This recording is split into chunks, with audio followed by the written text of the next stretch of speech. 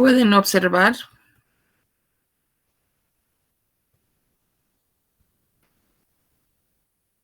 ya, muy bien. Pues ahora vamos a hacer un ligerísimo repaso del tema que habíamos visto la anterior vez para que podamos estar totalmente, diríamos, entrar en, recordemos todo lo que habíamos visto y continuar lo que nos faltaba. Nuestro tema de entonces se refería a los instrumentos para espectroscopía óptica. Nosotros habíamos visto que dentro de lo que eran las técnicas instrumentales, un elemento fundamental constituía el instrumento, el aparato, cualesquiera sea el principio por el cual iba a funcionar. En este caso, nosotros tenemos entonces que hablar de los distintos componentes de los instrumentos para las distintas regiones del espectro. Nosotros dentro de lo que es el análisis químico y las técnicas instrumentales, eran tres las regiones que eran de interés nuestro dentro de lo que era el espectro electromagnético. La región del ultravioleta, la región del visible y la región del cercano infrarrojo. A partir de estas tres regiones es que nosotros hablamos también de las distintas técnicas y las mismas deben contar necesariamente con componentes que van a ser bastante parecidos, pero nunca van a ser iguales. ¿Por qué no van a ser iguales? Porque en una de las condiciones, podríamos decir, que se requiere es que la radiación sea, que diríamos, el equipo o los componentes sean transparentes a la radiación.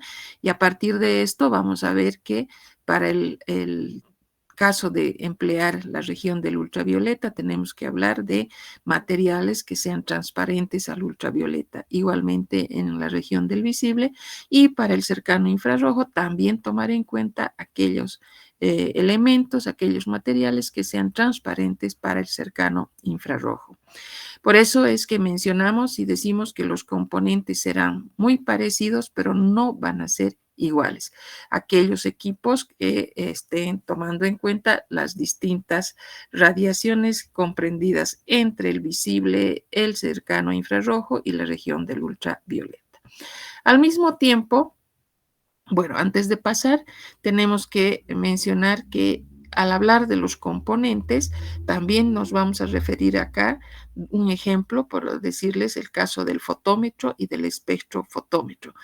Son equipos que van a tener bastante similitud en cuanto al principio y la diferencia va a estar a nivel de uno de sus componentes. Es decir, cuando nosotros hablamos del selector de longitud de onda y nos referimos al espectrofotómetro, estamos hablando de un sistema de monocromador.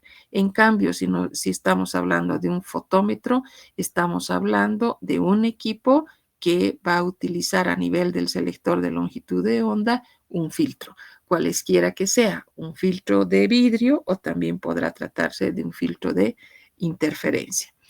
Los tres fenómenos que vamos a tomar en cuenta en este tema para hablar de los componentes de los instrumentos van a ser, en primer lugar, el fenómeno de la absorción.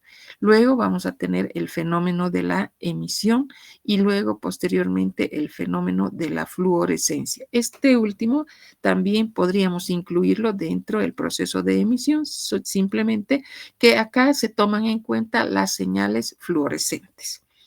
Bien, aquí habíamos visto también tres esquemas relacionados con los tres fenómenos. El primero, el de arriba, que nosotros tenemos acá. Vamos a ver un ratito, vamos a ampliar esto.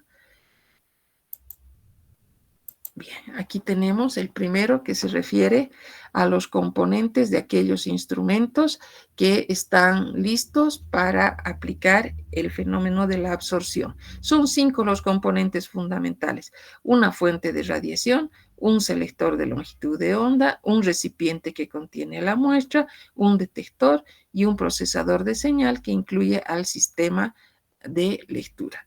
Esto exclusivamente para el fenómeno de la absorción.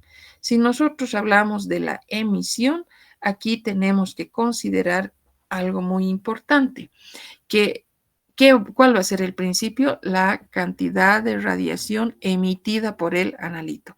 Pero para conseguir esta emisión, nosotros debemos contar con un analito que se encuentre bajo un estado excitado. Y eso únicamente vamos a poder conseguir a través de una fuente de excitación. Entonces, acá se va a encontrar la muestra junto con la fuente excitadora, va a ser capaz de emitir como un mecanismo de volver a su estado fundamental, el analito, una señal propia, que es la que nosotros la vamos a utilizar, la vamos a emplear en el método, y esa señal va a pasar hacia un selector de longitud de onda, pasará a un detector, a procesar la señal y finalmente llegar a un sistema de lectura. ¿Cuál la diferencia entre estos? Aquí teníamos una fuente de radiación y continuábamos con el resto de los componentes. Acá, diríamos, el principio fundamental es que de qué manera logramos excitar la muestra cuando esté en contacto con una fuente a la que la vamos a denominar una fuente excitadora. Se encuentra la fuente junto con la muestra. Entonces, eso para el fenómeno de la emisión. Ahora nosotros pasamos al fenómeno de la fluorescencia y tenemos que tomar en cuenta acá, o el principio se basa en la emisión de señales fluorescentes, como habíamos mencionado. Entonces, para acá, para tomar en cuenta, para medir, para valorar las señales fluorescentes, es muy importante la posición de cada uno de los componentes. Es decir, tenemos que tomar en cuenta un ángulo de 90 grados. Tenemos o partimos a partir de la fuente de radiación, un selector de longitud de onda, el recipiente que contiene al analito, nuevamente el selector de longitud de onda, al detector y finalmente el procesador de señal. La característica para el fenómeno de la fluorescencia van a ser los 90 grados en los cuales se tienen que encontrar o en los que nosotros debemos colocar los distintos componentes, como podemos ver en la figura. Bien, ¿cuáles son los componentes básicos comunes en los fenómenos que hemos mencionado? Hemos dicho, nos hemos referido a las fuentes de radiación. Estas fuentes de radiación pueden ser, primero, tienen que cumplir algunas características, algunas condiciones. En primer lugar, producir la cantidad suficiente de radiación con la potencia necesaria. Y en segundo lugar, si hablamos de la potencia, esta debe ser estable y constante. ¿Por qué nosotros tenemos que referirnos a estas condiciones de la fuente de radiación? Porque si nosotros nos fijamos, tenemos una fuente de radiación capaz de emitir una serie de señales, y para elegir la señal que corresponda, que sea la ideal para que interactúe con el analito, nosotros tenemos que pensar en un selector de longitud de onda. Este selector de longitud de onda va a ser capaz de seleccionar, de elegir la longitud de onda adecuada que vaya a interactuar, que interactúe con el analito y se realice la absorción. Y como consecuencia vamos a tener una señal luminosa que no va a poder ser comprendida por nosotros los operadores y que va a requerir de un transductor al que nosotros lo vamos a denominar o lo vamos a conocer como detector, que va a transformar esa señal luminosa en una señal eléctrica y que va a ser adecuada, que va a tener que acomodarse a todas las exigencias, si vale el término, del sistema de lectura y por lo tanto tiene que pasar por un procesador de señal que va a incluir una serie de operaciones, diríamos, anteriores a su llegada hasta el medidor. Entonces, cuando nosotros nos referimos a las características de las fuentes de radiación, hemos dicho que tienen que tener la potencia suficiente y tienen que ser estables, tienen que ser constantes con el tiempo. Entonces, para eso existen los reguladores de energía, existen los instrumentos de doble haz, y dentro de las fuentes de radiación consideramos a tres tipos como 3 tipos a las fuentes de radiación. Las fuentes de radiación continuas, las fuentes de radiación de líneas y los rayos láser. ¿Qué es lo que caracteriza a las fuentes continuas? Son aquellas fuentes que van a emitir una o varias longitudes de onda dentro de un amplio rango de longitudes de onda características. Luego tenemos en este caso ejemplos para la región del ultravioleta. Se utilizan las lámparas de deuterio, también se pueden utilizar las lámparas de arco, donde se utiliza el argón, el xenón, el mercurio. Tenemos para la región del visible el filamento de tungsteno y para el infrarrojo tomamos en cuenta a los sólidos inertes calentados entre 1500 y 2000 grados Kelvin. ¿Y qué ocurre con las fuentes de líneas? ¿Cuál es la característica de las fuentes de línea? Emiten solo muy contadas longitudes de onda, es decir, algunas longitudes de onda que tengan un número totalmente limitado, un número restringido de líneas espectrales. Entre estas tenemos a las lámparas de vapor de mercurio y de sodio y luego tenemos a las lámparas de cátodo hueco y de descarga sin electrodos. Las lámparas de cátodo hueco son muy empleadas, son muy comunes cuando estamos hablando de técnicas de emisión o de absorción atómica. Pasamos luego a hablar de una tercera, diríamos, posibilidad de utilizar una fuente cuando hayan algunos requerimientos específicos en la determinación y tenemos o consideramos a los rayos láser. Los rayos láser se caracterizan por tratarse de una radiación muy intensa, una radiación coherente que se basa en la emisión estimulada de radiación y presenta 3 características fundamentales. Es altamente monocromática, va a presentar el fenómeno o el principio de la coherencia y va a ser una emisión en dirección definida. Aquí tenemos un pequeño ejemplo de lo que es la luz coherente y la luz incoherente. Pasamos al segundo componente de nuestros instrumentos y en este caso vamos a hablar del selector de longitud de onda. Ojo, el selector de longitud de onda se va a encontrar entre la fuente de radiación y entre el recipiente que contiene al analito. ¿Cuál es la misión? ¿Cuál es la función que cumple este selector de longitud de onda? Elegir aquella radiación, aquella señal que sea la más adecuada para que pueda interactuar con el analito, para que se realice en este caso y se lleve a cabo la absorción de radiación. Entonces, cuando hablamos de estos selectores de longitud de onda, también tenemos que considerar 2 tipos. Los análisis espectroscópicos requieren contar, dice, con un grupo limitado, un restringido, estrecho y continuo de longitudes de onda. Y para eso se toman en cuenta los selectores de longitud de onda, que los clasificamos en 2 grupos. Aquellos que toman en cuenta los filtros y aquellos que toman a componentes, diremos así, mucho más, diríamos, complejos en su estructura. Si hablamos de los filtros, tenemos 2 tipos de filtros. Los filtros de absorción o también los filtros de vidrio, que tienen la particularidad de actuar únicamente en la región del visible. Luego vamos a tener los filtros de interferencia. Estos sí van a tener la posibilidad de tomar en cuenta a regiones como el ultravioleta, regiones del visible y regiones del cercano infrarrojo. ¿Cuál la característica en estos casos? En el caso del filtro de interferencia, su papel, la función que desempeña, será tomando en cuenta la interferencia constructiva y la interferencia sustractiva. Y cuando hablamos de los filtros de vidrio, el principio por el que van a actuar estos va a ser la absorción de radiación y que van a estar, diríamos, construidos únicamente para actuar en la región del visible. Y cuando hablamos o nos referimos a aquellos elementos más complejos capaces de seleccionar la radiación electromagnética en aquella longitud de onda adecuada, aquella longitud de onda óptima, vamos a tomar en cuenta dos tipos de monocromadores, los monocromadores de prisma y los monocromadores de red.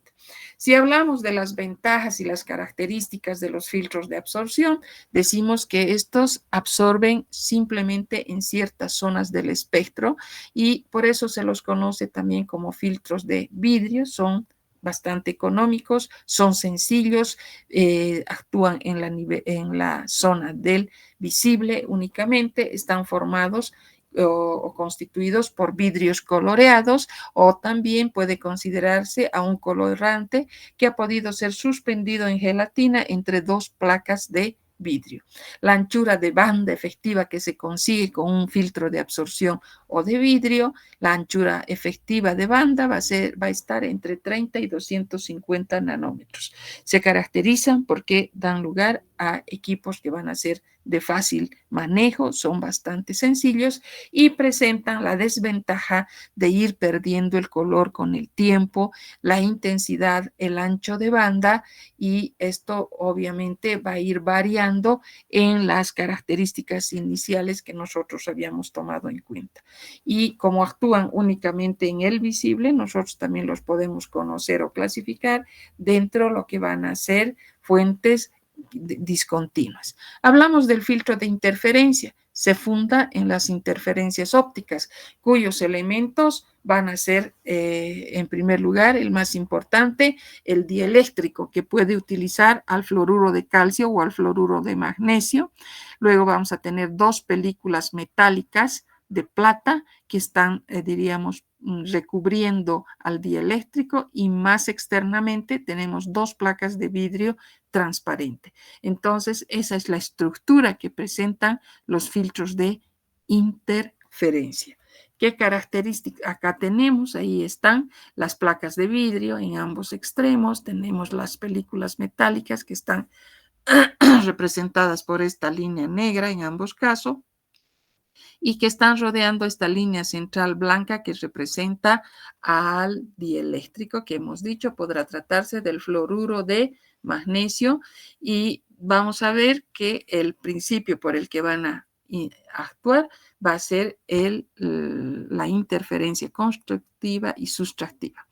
Bien, estos filtros de interferencias son caracterizados o tienen la particularidad de tener muy buena calidad, tienen un ancho de banda que va a ser mucho más restringido que el filtro de absorción, puede aplicárselo en las tres regiones, en el ultravioleta, en el visible, en el cercano infrarrojo. El principio por el que seleccionan las distintas longitudes de onda va a ser el principio de la interferencia, y dan lugar u originan a radiaciones restringidas. Entonces, la desventaja es referida al costo, que va a ser mucho más elevado que los filtros de vidrio. Luego hablamos de los monocromadores y hablamos de dos tipos de monocromadores. Los monocromadores de prisma, que reciben el nombre también de monocromadores de Bunsen, y los monocromadores de red, donde están monocromadores de red, conocidos también con el nombre de monocromadores de Ferney-Turner. Estos son los dos tipos de monocromadores que, como les había mencionado anteriormente, están formados por constituyen un sistema que está formado por 5 componentes, como pueden ver acá en el esquema: una rendija de entrada por donde la radiación va a ingresar, una lente de colimación que va a permitir que las radiaciones sean paralelas, pasamos al agente dispersante, que en este caso va a ser un prisma, y hablando de los prismas, estos pueden ser de 30 o de 60 grados también, pasa a una lente focalizadora para finalmente salir la longitud de onda adecuada a través de la rendija de salida del monocromador. Esos son los componentes de los monocromadores de prisma, donde la característica fundamental, la presencia del agente dispersante, que va a ser un prisma. La limitación de este tipo de monocromadores es el trabajo que representa, el excesivo esfuerzo que representa construir o contar con un agente dispersante que sea un prisma. Entonces, aquí están sus componentes. Tenemos una rendija de entrada, una lente colimadora, un prisma, una lente focalizadora y una rendija de salida. Los dos prismas con los que podemos contar van a ser el de Cornu, que se lo consigue uniendo dos prismas de 30 y obtenemos uno de 60, y finalmente también podemos contar con el prisma de Littrow, que tiene 30 grados únicamente. Pasamos a los monocromadores de red. Estos monocromadores de red, en lugar de contar con un agente dispersante que sea los prismas que acabamos de mencionar, estos prismas van a ser reemplazados, si vale el término, por una red de difracción. Reciben también el nombre de Terney-Turner y presentan componentes como ser las rendijas, tanto de entrada como de salida. Luego vamos a tener unos espejos cóncavos y finalmente tendremos que hablar de la red de reflexión, que obviamente no será, tendrá su ligera complejidad, pero no la misma que podemos encontrar en la construcción de los distintos prismas. Y aquí tenemos el esquema de un monocromador de red o de Certain, donde existen igualmente las rendijas de entrada y las rendijas de salida. Vamos a tener dos espejos o un par de espejos cóncavos donde van a incidir la señal y que van a llegar finalmente hacia la red de reflexión, y para pasar nuevamente al otro espejo y salir a través de la rendija de salida. Ahora sí, pasamos a lo que es un componente ya nuevo en este caso. Nos iremos a ver un ratito. Nos ubicaremos acá. Hemos estudiado las distintas fuentes. Hemos hablado de los selectores de longitud de onda. Ahora nos va a tocar hablar de este componente y la importancia que tiene, que se refiere a la cubeta que va a contener al analito. Y aquí tenemos las cubetas o los recipientes que contiene a la muestra, que contiene al elemento motivo de nuestro análisis, y también recibe el nombre de celdas. Estos recipientes, ¿por qué van a ser importantes? Es decir, por las funciones que realizan. ¿Cuáles son las particularidades o la función que realizan? En primer lugar, son recipientes que tienen que ser capaces de contener a la muestra. En segundo lugar, recordemos que es en estos recipientes donde la radiación electromagnética va a actuar con el analito. Por eso decimos recipiente que contiene a la muestra. ¿Y qué se va a quedar ahí? No, va a venir la radiación electromagnética y va a interactuar con esta. Y la muestra como respuesta va a ser capaz de absorber radiación monocromática. Por lo tanto, nosotros tenemos que revisar que para estos fenómenos que acabamos de mencionar, tienen que presentarse ciertas condiciones, y estas se refieren a aquellas que fabricadas con materiales que sean transparentes a la radiación. ¿Eso qué quiere decir?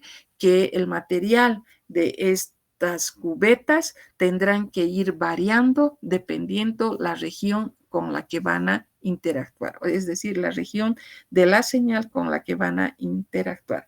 Y por eso decimos, utilizamos como material al cuarzo o al sílice fundido cuando estamos realizando nuestras determinaciones en la región del ultravioleta. Utilizamos los vidrios silicatados cuando nuestro trabajo se encuentra en la región del visible.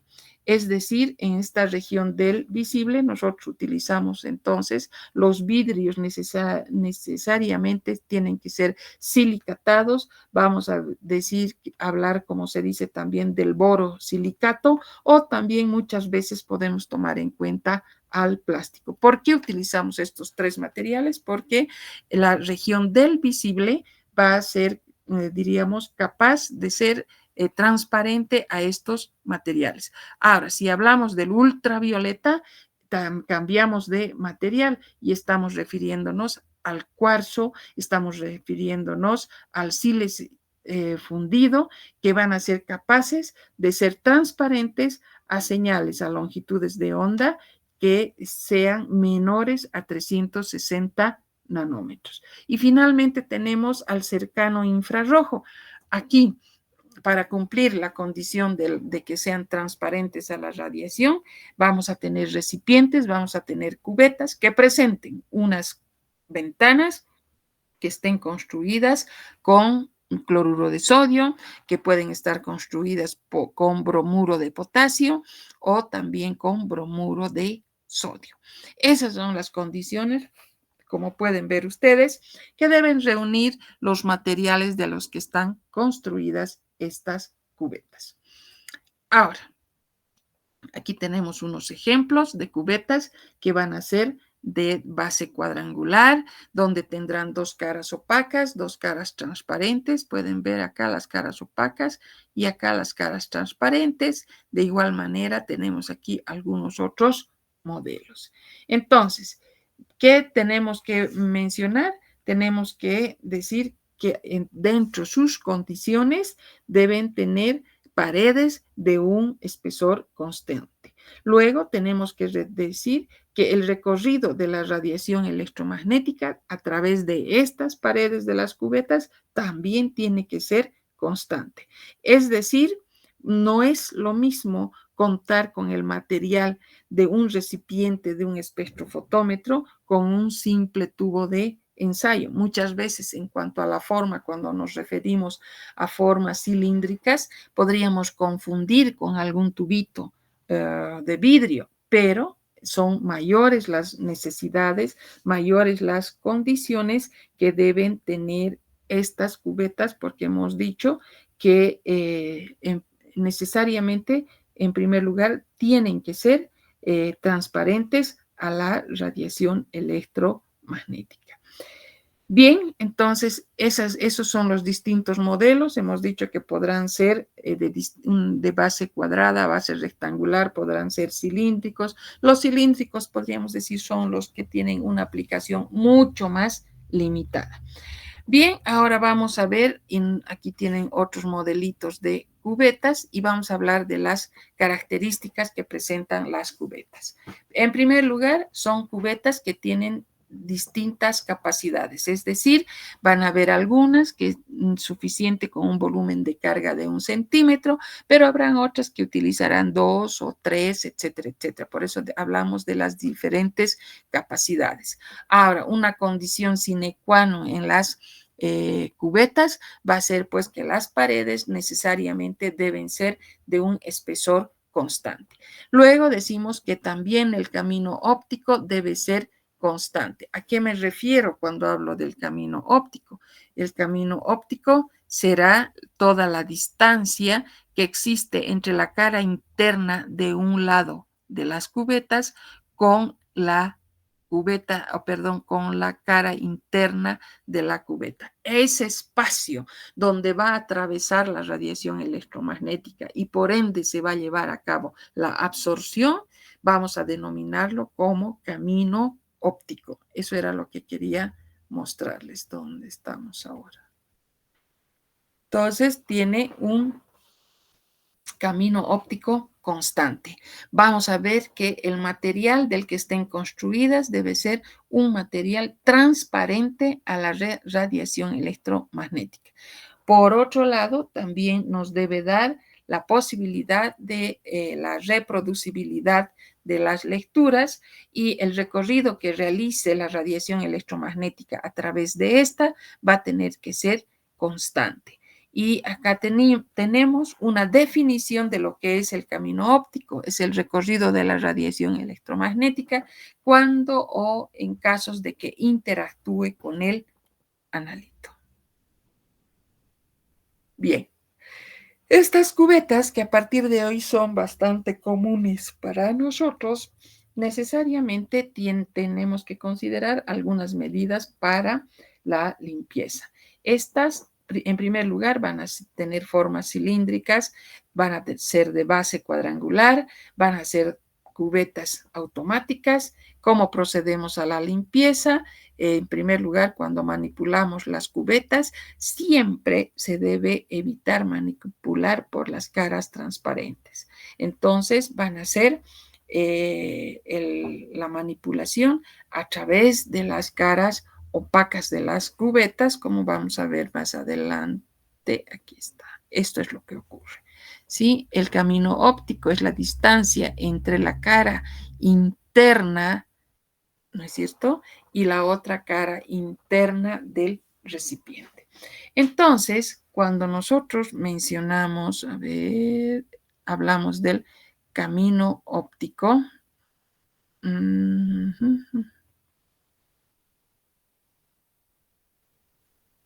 Ya. Ese camino óptico entonces es la distancia que atraviesa la radiación electromagnética al ponerse en contacto con el analito y por ende se realiza a cabo el mecanismo por el que, si estamos hablando de la absorción, de un equipo de absorción, se va a realizar la absorción de radiación por parte de las moléculas del analito. Ahora también aquí nos hablan de que hemos hablado de distintas formas, pueden ser cilíndricas. Una de las condiciones en cuanto a la regularidad de la pared, muchas veces no podemos garantizar si son cilíndricas. Luego vamos a hablar de bases cuadrangulares. Hemos mencionado con algunos compañeros suyos en el laboratorio y hemos hablado de las cubetas automáticas y hablamos también de la limpieza. La limpieza siempre tiene que ser muy importante, se la realiza con agua destilada, es una limpieza rigurosa, si vale el término en estos casos, se utiliza soluciones de ácido nítrico. También podemos decir que no se puede utilizar el dicromato como en el material corriente de vidrio. Acá en este caso está prohibido, como se dice. Por otro lado, se puede utilizar muchas veces para limpiar las lentes, el papel de lentes embebido en metanol que sea grado espectrofotométrico, ¿sí? No tocar las caras transparentes porque tanto los dedos como las grasas, como también las manchas, son aquellas que por una mala manipulación o un descuido llegamos a dejar, a opacar, diríamos, las caras de las cubetas con materiales como la grasa, como las manchas, como las huellas. Tampoco en el caso de obtener rápidamente a la muestra, no podemos llevar a las cubetas a las estufas para acelerar su secado, justamente por controlar o por garantizar el buen estado del material del que están construidas las mismas. Ahora, la alternativa es que podamos utilizar para la limpieza un papel de lentes que esté empapado, si vale el término, en una solución de metanol y ojo que cumpla con el que sea del grado espectrofotométrico. También en algunas circunstancias se puede utilizar una solución diluida de ácido nítrico. Eso en cuanto a la limpieza de las cubetas. Algo que debemos mencionar también, que hemos dicho ya de una manera bastante rápida, pero que es importante que nos vayamos a referir, es tomar en cuenta las características de las cubetas cuando estamos hablando de las distintas regiones. Creo que nos hemos referido ya bastante a las cubetas del visible y a las cubetas también del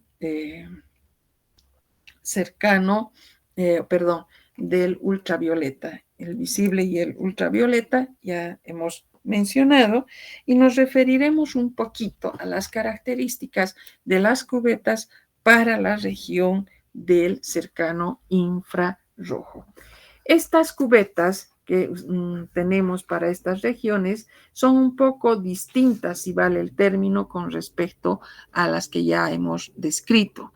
En primer lugar, son cubetas mucho más estrechas, donde el camino óptico, en el caso, por ejemplo, de las cubetas normales que hemos mencionado anteriormente, estamos hablando de un ancho del camino óptico aproximadamente de 1 centímetro. En este caso, el ancho de las cubetas va a estar entre 0,1 hasta 1 milímetro, que resultan ser cubetas mucho más estrechas, cubetas, como vamos a ver posteriormente, que tienen la posibilidad de ir modificando su camino óptico.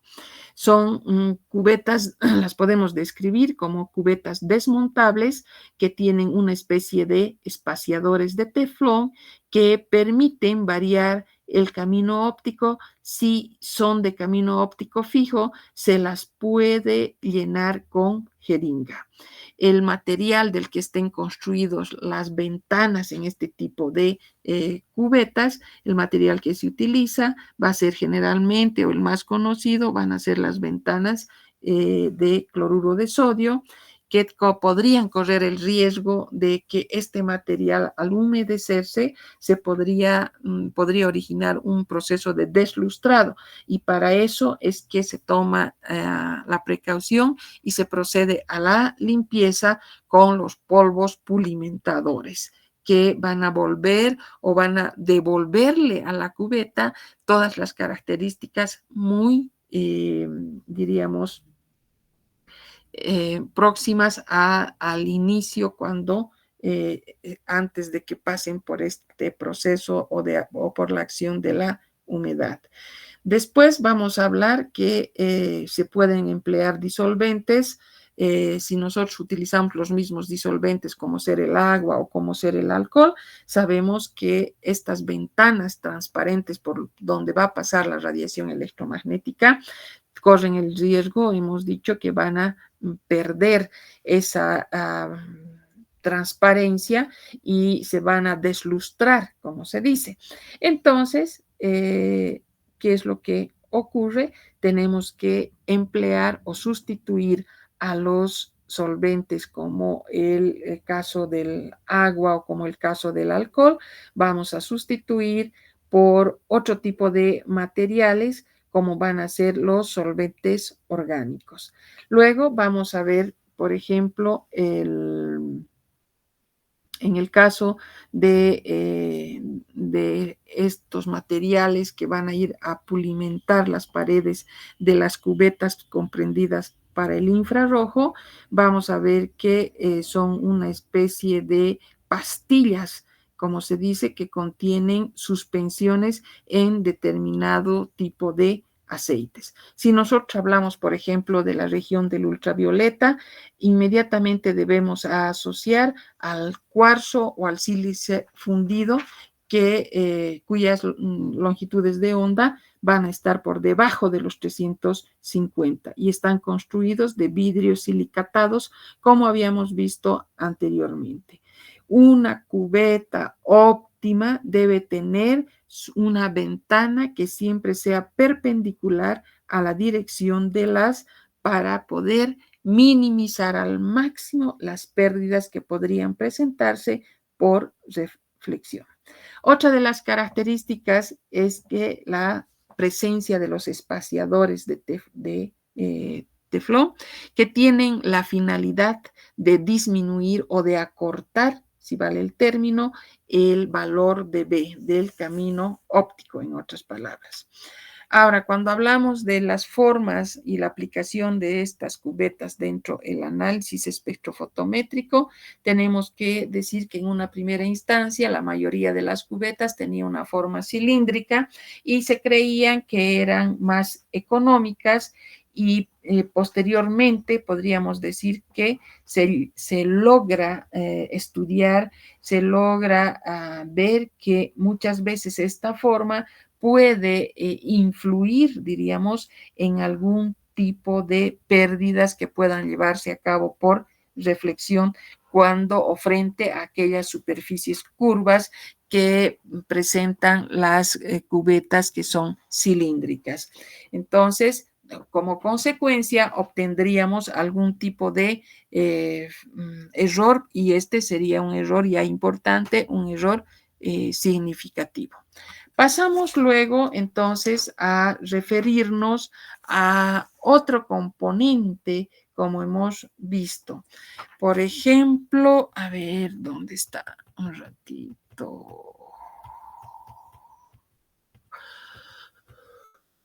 No,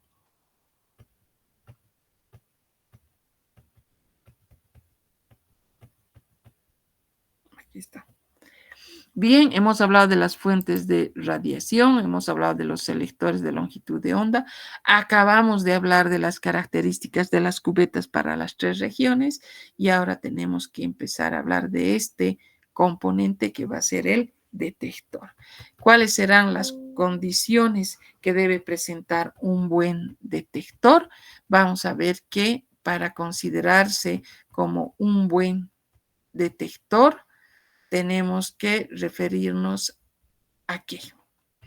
En primer lugar, los detectores presentan una serie de propiedades que van a ser responder a un amplio rango de longitudes de onda, deben tener una sensibilidad o una muy buena sensibilidad a baja potencia, la respuesta debe ser rápida, debe existir un muy bajo nivel de ruido, deben tener la capacidad de poder amplificar perfectamente, y deben debe existir la proporcionalidad directa entre la potencia de la radiación electromagnética y la señal eléctrica producida a nivel de estos elementos, que vienen a ser determinantes y muy importantes dentro de los componentes de los instrumentos.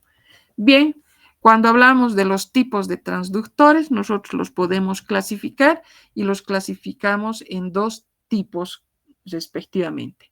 Aquellos transductores en espectroscopía que van a ser los fotones, y aquellos que van a estar representados por el calor. ¿Qué quiere decir esto? Que van a ser transductores sensibles a la radiación, y estos otros serán sensibles al calor. ¿Qué quiere decir? Que van a detectar cambios térmicos a nivel de milésimas de grados. Y en este caso estamos hablando de la presencia de los, o sea, estamos hablando de la presencia de los fotones que van a incidir sobre una determinada sustancia química y van a dar lugar a la emisión de electrones, es decir, van a dar lugar a una señal eléctrica. Y a este fenómeno nosotros vamos a conocerlo como la fotoemisión, como también podemos considerar a la fotoconducción. Y ambos fenómenos podemos considerarlos dentro la región del ultravioleta, la región del visible y la región del cercano infrarrojo.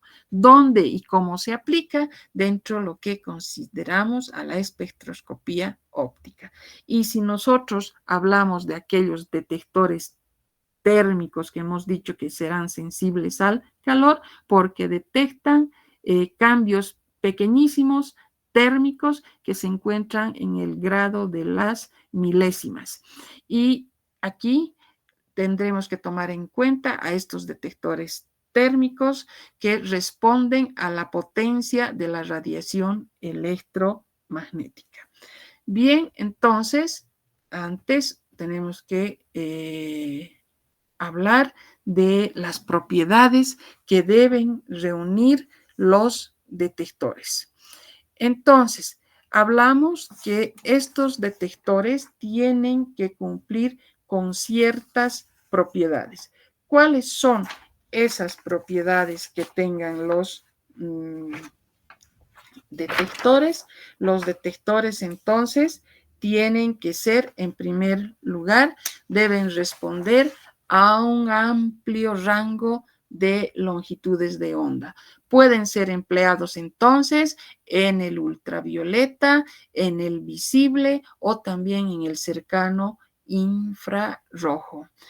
decimos o nos referimos a su sensibilidad a baja potencia, es decir, tienen que ser muy sensibles a bajas potencias. Por mucho que llegue la luz al detector, este debe transformar en una señal eléctrica. Debemos hablar de una respuesta rápida. ¿Qué quiere decir? Que el momento que apenas pueda incidir un fotón, debe inmediatamente generarse la energía eléctrica. Hablamos de un bajo nivel de ruido y si nos referimos al bajo nivel de ruido, quiere decir que cuando funciona nuestro detector no debe hacer caso al calor, por ejemplo, sino tiene que ser necesariamente sensible a la radiación. En otras palabras, al calentar no debe producir demasiada señal eléctrica, que es uno de las grandes limitaciones que vamos a ver. Luego vamos a ver que debe tener una gran capacidad de amplificar, es decir, si se tratan de señales pequeñas, deben ser amplificadas para poder ser medidas. Y luego hablamos de una proporcionalidad directa entre la potencia de la radiación electromagnética y la señal eléctrica que ha podido ser producida. Entonces, cuando hablamos de estas propiedades, de estas 6 propiedades, como podemos ver, 6 hasta 6 propiedades de los detectores, nosotros podemos ir considerando ya algunos. Tenemos en primer lugar a la célula fotovoltaica. ¿Qué características presenta la célula fotovoltaica?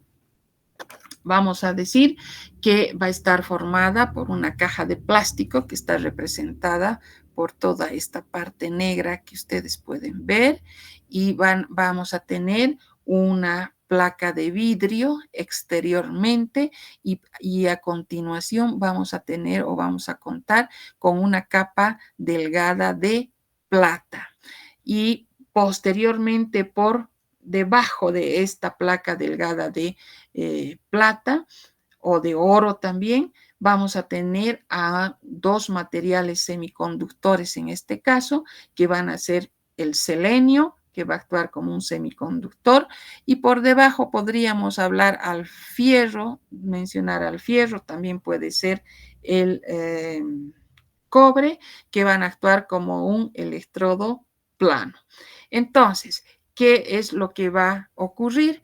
Va a llegar el haz luminoso al semiconductor de selenio, se van a romper aquellos enlaces covalentes presentes y al romperse vamos a contar por un lado los electrones y por otro lado vamos a contar con los huecos. Es decir, los electrones, cuando estamos hablando en el caso del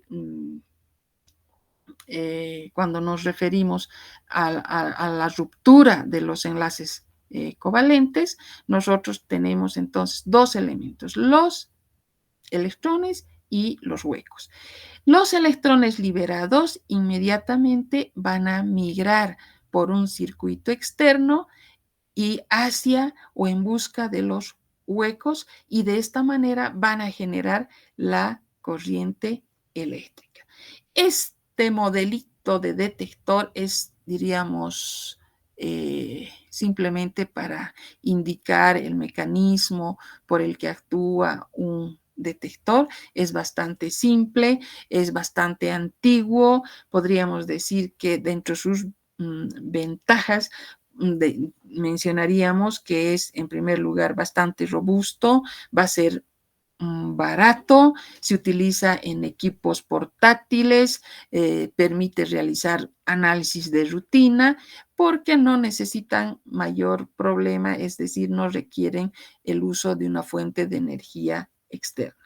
Pero dentro de las desventajas, por eso les decía que ya es casi histórico este modelo de detector conocido como célula fotovoltaica o de capa barrera, vamos a decir que presenta la fatiga, ¿sí? Es empleado únicamente para la región del visible. La sensibilidad máxima que se consigue es a 550 nanómetros y no es nada, diríamos, para nada sensible cuando contamos con niveles bajos de energía. Esas son las características principales de este tipo de detector. Entonces, habíamos repasando, tenemos que sus componentes van a ser la placa de vidrio, la placa delgada de cobre, vamos a tener también al selenio, vamos a tener al fierro, como también puede ser el cobre, que actúan como electrodos planos. Las ventajas que presentan se tratan de equipos o componentes bastante robustos, de buen, diríamos, bastante, con bastante cuerpo, como se dice, van a ser económicos, baratos y lo más importante que considerar como ventaja es que no requieren la presencia de una fuente externa de radiación, pero al mismo tiempo presentan una serie de desventajas y estas desventajas se refieren al fenómeno de la fatiga. Es decir, que el uso prolongado o el funcionamiento prolongado de este tipo de detector ya va a ir minimizando su sensibilidad cada vez más y sabemos que alcanza máximo su sensibilidad hasta 550. Frente a señales bajas, no va a poder, no va a ser capaz de detectarlas. Luego hablamos de otro tipo de detector. Este tipo de detector recibe el nombre de fototubo. Como ustedes pueden fijarse, está representado por una ampollita, parece un foquito de una moto, es una ampollita que está cerrada al vacío, tiene dos elementos fundamentales en el interior. Si ustedes se fijan, tiene por acá el cátodo, que va a ser una película metálica de forma semicircular, que la característica es que va a estar recubierta por una sustancia fotoemisora de gran sensibilidad, y aquí tenemos una especie de alambre. Este alambre va a, diríamos, dar lugar a lo que va a ser el ánodo y va a originar la corriente eléctrica. Entonces, los dos componentes fundamentales que vamos a encontrar va a ser, en este caso, esta superficie semicircular, cuya característica fundamental va a ser estar recubierto por un material fotoemisivo, es decir, es totalmente una superficie fotoemisora. Podríamos decir, actúa como un semiconductor. Vamos a ver qué es lo que ocurre y frente a esta superficie vamos a tener un filamento anódico, un alambre que va a dar lugar al ánodo y formar la corriente. Entonces, ¿qué es lo que va a ocurrir? Va a venir el haz de fotones, como ustedes pueden ver, va a incidir en esta superficie, en esta cavidad, podríamos decir, al chocar, al incidir sobre esta superficie fotoemisora, va a hacer que los electrones sean removidos en una primera instancia. Al ser removidos, estos electrones van a agarrar y van a migrar hacia el ánodo, generando de esta manera la corriente eléctrica. Entonces, vamos a ver que detector tan simple como lo vemos, va a presentar obviamente algunas deficiencias, si vale el término, pero hablaremos que es de mayor sensibilidad, por ejemplo, que en el caso anterior de la célula fotovoltaica, tiene una mayor sensibilidad, por tanto, presenta una mayor posibilidad de amplificar la señal y obviamente dependiendo el tipo de radiaciones que se van a utilizar, ya sea para el visible, ya sea para el ultravioleta, vamos a tener las ventanas con el material respectivo. Por ejemplo, si estamos hablando del ultravioleta, tendremos que considerar una ventana de cuarzo. Entonces, la desventaja que presenta este tipo de detector va a ser pues el calentamiento que presenta con bastante facilidad. Entonces, y la gran ventaja que podemos mencionar en este tipo de detector es la gran variedad de superficies fotoemisoras que pueden llegar a recubrir esta membrana semicircular. Esas serían las características fundamentales. Y al hablar de estas combinaciones, diríamos, de materiales fotoemisivos multialcalinos, como se dice, podemos mencionar, por ejemplo, una combinación del potasio, del cesio, del antimonio, del galio, del indio, del astato. Otra podemos considerar al antimonio, al potasio, al sodio, o también podemos utilizar al cesio, una combinación con la plata. Entonces, vamos a ver que hay una variedad bastante grande de materiales fotoemisivos que van a hacer que este tipo de detector siempre esté vigente y pueda ser utilizado. Entonces, como consecuencia, la característica en el fototubo es que las superficies fotoemisoras van a dar lugar a una mayor sensibilidad donde evidentemente la desventaja constituye la presencia de corriente oscura. ¿Y a qué se debe esa corriente oscura? Por el calentamiento. Este equipo también tiene la posibilidad de lograr una mayor amplificación. El rango de uso que nosotros consideramos para este tipo de detectores, como es el fototubo, comprende la región del visible y la región del cercano infrarrojo. Entonces, este presenta una fuente de alimentación externa. Vamos a ver que también podemos mencionar que su sensibilidad aumenta con las combinaciones que acabamos de mencionar. Van a ser sensibles al ultravioleta, van a ser sensibles al cercano o infrarrojo. Vamos a ver que también vamos a poder utilizar en las regiones del visible.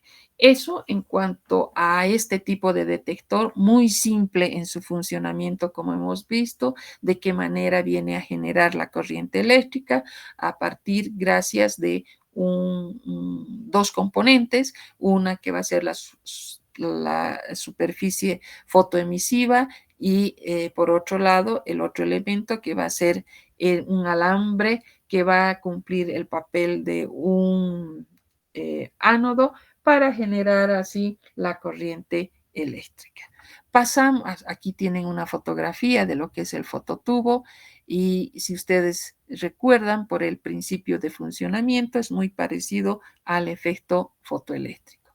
Entonces, dentro de sus componentes tenemos una ampolla al vacío necesariamente, un cátodo o una superficie fotoemisora, luego tenemos el ánodo que va a ser el alambre, las ventajas vamos a ver que funcionan con un voltaje de 90 voltios son mucho más sensibles, aumenta su sensibilidad por las combinaciones de los materiales dialcalinos que hemos mencionado.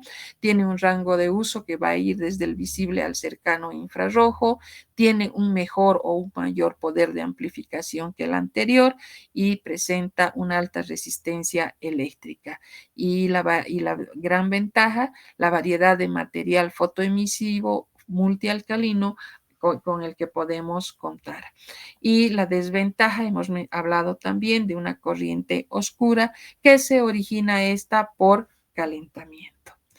Bien, otro tipo de detector van a ser los tubos fotomultiplicadores. ¿Qué características presentan los tubos fotomultiplicadores? Estos tienen el mismo principio, si vale el término, que el fototubo, pero ¿cuáles van a ser sus particularidades? Vamos a ver que primero describiremos, tenemos un corte transversal en el primer caso y luego un corte longitudinal. Entonces, vamos a ver acá dos elementos como ustedes pueden encontrar. Vamos a encontrar pues al ánodo como también vamos a encontrar al fotocátodo. Entonces vamos a encontrar aquí a un fotón y una pequeña ventana.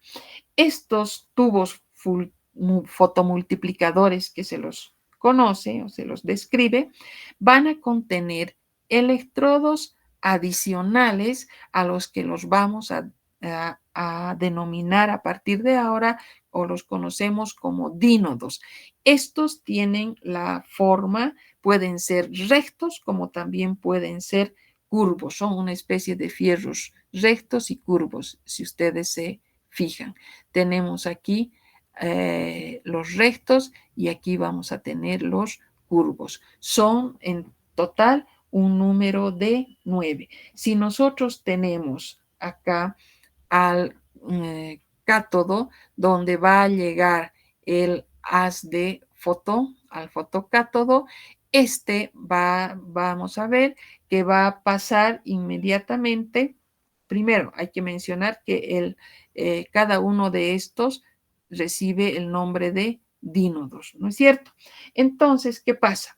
El dínodo 1 se va a mantener siempre a un voltaje de 90 voltios más positivo que el cátodo. Por tanto, los electrones van a ser acelerados hacia cada dínodo que choca contra el mismo.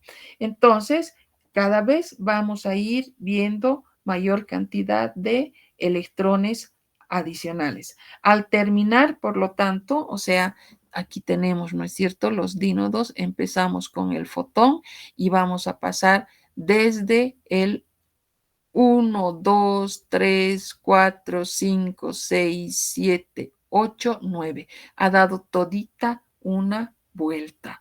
Ha atravesado los 9 dínodos. Entonces, ¿qué va a ocurrir en esta ampollita de vidrio donde tenemos los dínodos, donde hay esa diferencia de 90 grados?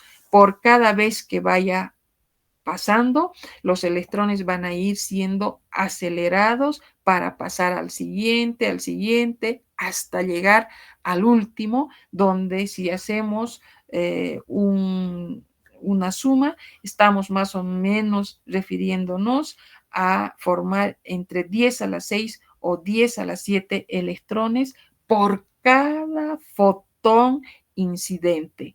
Entonces, en otras palabras, nosotros lo que vamos a obtener es una cascada de electrones que va a ir y se va a reunir en el ánodo y la corriente se va a transformar en voltaje para poder ser medidos.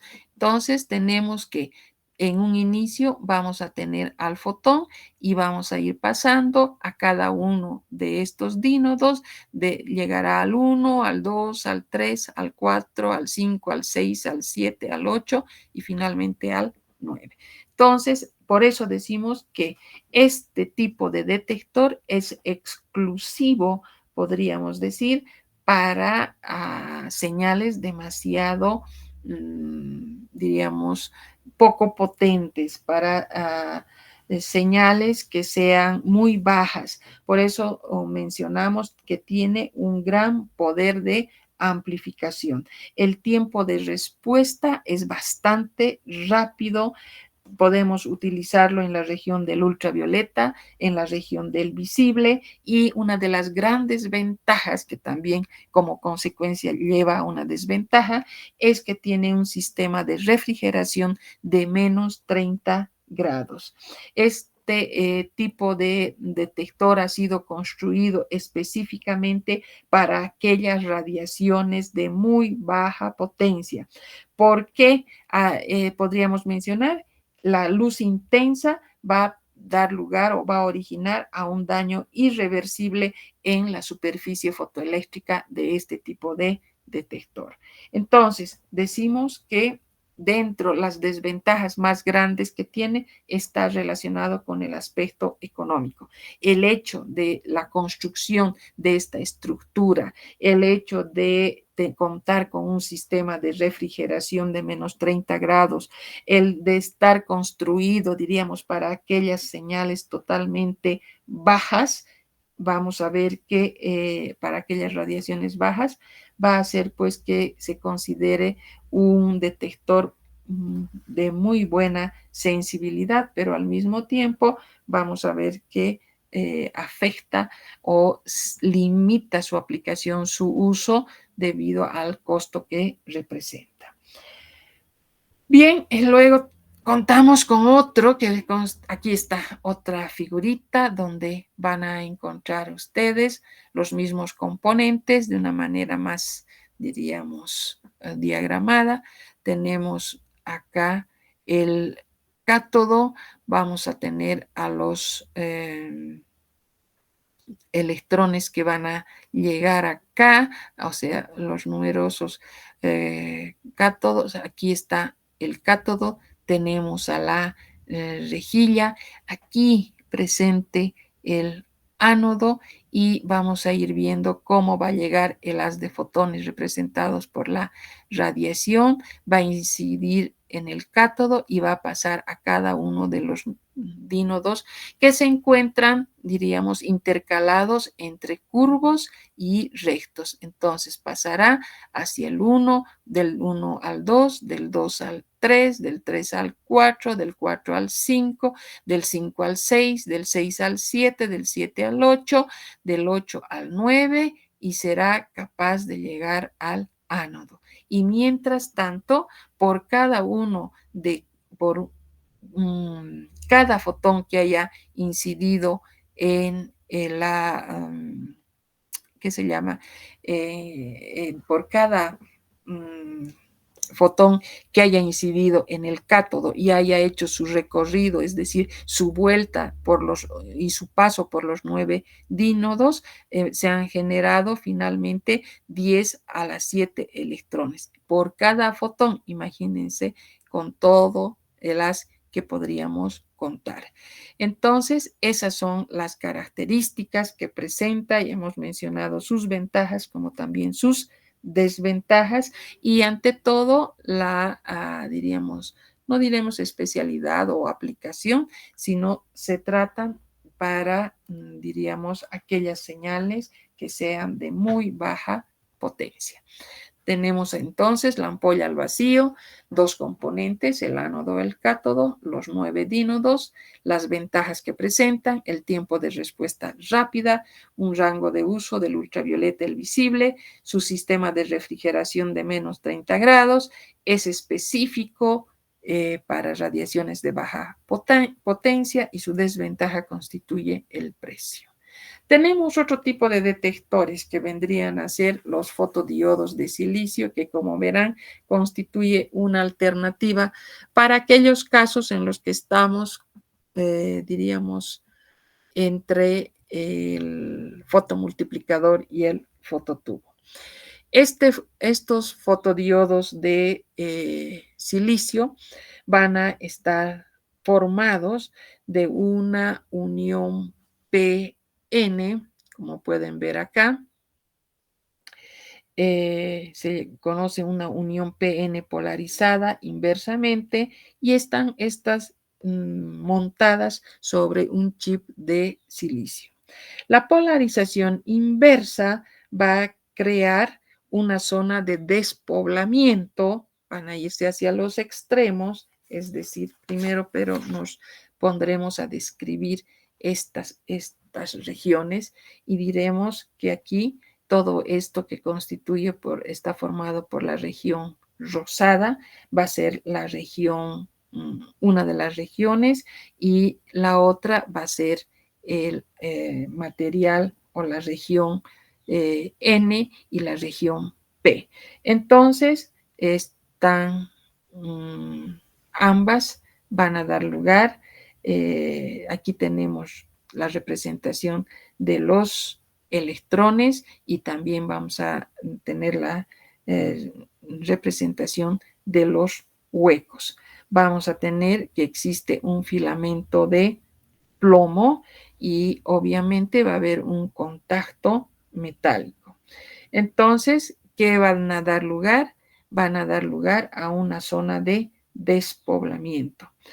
¿Qué quiere decir? Entonces, una vez que nos hemos ubicado en los electrones y también en los huecos, vamos a encontrar esta unión PN que van a ir a formar. Esta unión PN polarizada es inversamente montada en un chip de silicio. La polarización inversa va a crear una zona de despoblamiento que va a reducir y va a llegar casi hasta cero la conductancia de la unión. Entonces, cuando la radiación va a incidir en el chip de silicio, vamos a generar dos elementos que hemos mencionado, a los huecos por un lado y por otro lado a los electrones. Entonces, es en la zona de despoblamiento que se van a ir a moverse, van a desplazarse y como consecuencia de este desplazamiento, nosotros vamos a generar la corriente que va a ser proporcional a la potencia. Este tipo de equipo podríamos decir o podríamos mencionar entre sus características que lo que decíamos en un principio, tiene una mayor sensibilidad que el fototubo, pero es menor que el fotomultiplicador. Por eso nos referimos a sus componentes y decimos que presenta una región P, presenta una región N, logra una unión PN de polarización inversa y las ventajas que presenta tiene un rango de uso que oscila entre 190 y 1100 nanómetros y presenta una mayor sensibilidad que el fototubo. En los equipos actuales podríamos mencionar que es una alternativa en cuanto al precio y las ventajas que este podría presentarnos. Bien, entonces voy a volver un ratito acá. Nos vamos a ir a la primera parte para que no quede tronco esto. Aquí estamos. Bien, hemos hablado de las fuentes de radiación, hemos hablado de los selectores de longitud de onda, hemos hablado de los recipientes para la muestra, acabamos de ver los detectores que van a transformar la señal proveniente de la interacción de la muestra con la radiación electromagnética con el analito y esa señal que va a pasar al detector por diversos mecanismos, dependiendo del tipo de detector, va a ser transformada en una señal eléctrica. Estamos acá. Entonces, esta señal eléctrica debe llegar al sistema de lectura, pero para que llegue al sistema de lectura, previamente hay que procesar esta señal, hay que acomodar, hay que adecuar la señal para que llegue correctamente al sistema de lectura. Y por eso hablamos nosotros finalmente de